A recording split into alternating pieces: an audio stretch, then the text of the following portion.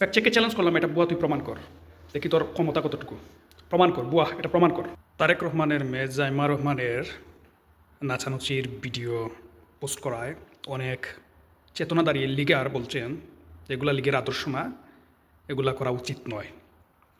এই লিগাররা ভুলে যায় হয়তো যে এই জামাত শিবির বিএনপি 2 দিন আগেও সাইমা ওয়াজেদ আপার মেয়েকে নিয়ে ফেক বুয়া একটি ছবি দিয়ে অশ্লীলভাবে প্রচার করেছিল এই অনলাইনে।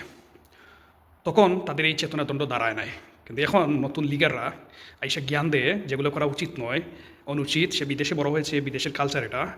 তো তখনও তো যদি ওই সাইমা ওয়াজেদ আপার মেয়েও তো বিদেশে বড় হয়েছে, ওইটা যদি সত্যি হইতো তাইলে কী হইতো?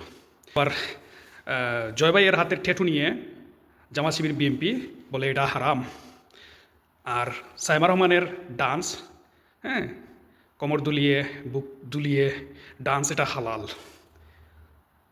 হিপোক্রিসি।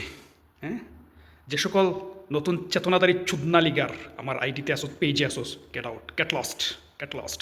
তোদের চেতনা তোদের ভিতরে ঢুকে রাখ। আবার বলে তাদের মতো আমাদের তো হয়ে গেলে হবে না, হতে হবে যেমন কুকুর তেমন মুগুর হতে হয়, ঠিক আছে? এত চেতনা দিয়ে দল চলে না, এত চেতনা দিয়ে একটা দেশ চলে না।